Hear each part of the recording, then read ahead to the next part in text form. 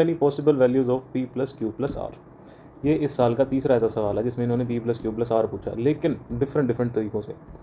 Equation है 1/p + 1/q + 1/r is equal to 1 there P Q R are natural numbers. Natural numbers क्या? 1 2 3 से start होने वाले सभी नंबर्स। इनमें से कोई कुछ वैल्यूज़ होंगी पी क्यू आर की, तो नॉट नेसेसरीली डिस्टिंक्ट, मतलब कोई ज़रूरी नहीं है कि अलग अलग हों, सेम भी हो सकती हैं, ध्यान रखना इस चीज़ को। तो इसने क्या बोला, मुझे इक्वेशन दे दी 1/p + 1/q + 1/r 1 होना चाहिए।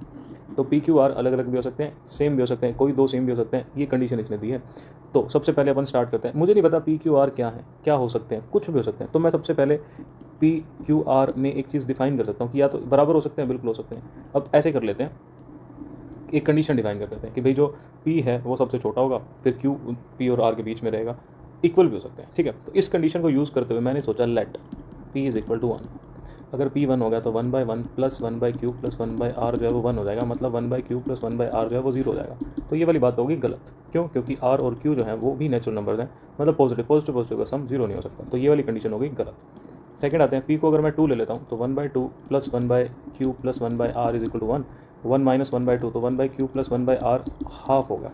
अब मुझे ये देखना है कि 1/q + 1/r जो है वो हाफ कैसे होता है, ठीक है। तो अगर मैंने p को यहाँ पे क्या लिया हुआ है, 2 लिया हुआ है, तो 1/q + 1/r जो है वो हाफ कैसे हो सकता है। अगर मैं q को 3 ले लूँ तो 1/3 + 1/r इज इक्वल टू 1/2।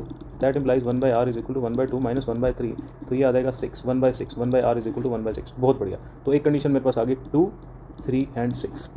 ऐसे ही अगर 1/3 q को मैंने 3 पुट किया था, यहाँ पे मैं q को 4 लेके देखता हूँ, क्या पता बात बन जाए। 1/4 + 1/r इज इक्वल टू 1/2। ये हमें अज्यूम करके ही चलना पड़ेगा भाई, इसका कोई ऐसा कॉन्सेप्ट नहीं है कि हम कोई फिक्स चीज़ हो और उसको सोल्व कर दें और वो आ जाए, नहीं, इसमें थोड़ा सा दिमाग लगाना पड़ेगा अपने आप से। r is equal to 4, q को 4 लिया, r भी 4 आ गया, तो एक कंडीशन आ गई 2 4 4। अब इसके बाद आप वैल्यूज पुट करोगे ना, तो वो जो नंबर्स आएंगे वो रियल नंबर्स आएंगे। हमें क्या चाहिए? नेचुरल नंबर्स, ठीक है। रेशो में जो नंबर आ गया वो अपने को नहीं चाहिए, अपने को चाहिए नेचुरल नंबर्स। तो अपने पास एक कॉम्बिनेशन ये बन गया, सेकंड कॉम्बिनेशन ये बन गया। थर्ड, अगर मैं तीनों को बराबर भी तो ले सकता हूँ भाई, तीनों को मैं बराबर इज इक्वल टू 3 ले सकता हूँ।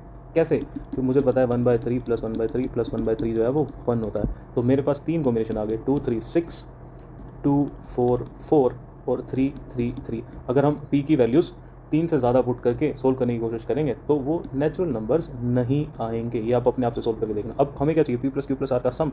तो ये हो गया कितना? 6 5 11 हो गया, एक सम 11 हो गया, एक कितना हो गया? 8 और 2 10 और 3 3 6 3 9, तो सम आ गया 9 10 और 11। इसका मतलब कितने सम हो गए भाई? 3। ऑप्शन सी अपना हो जाएगा करेक्ट।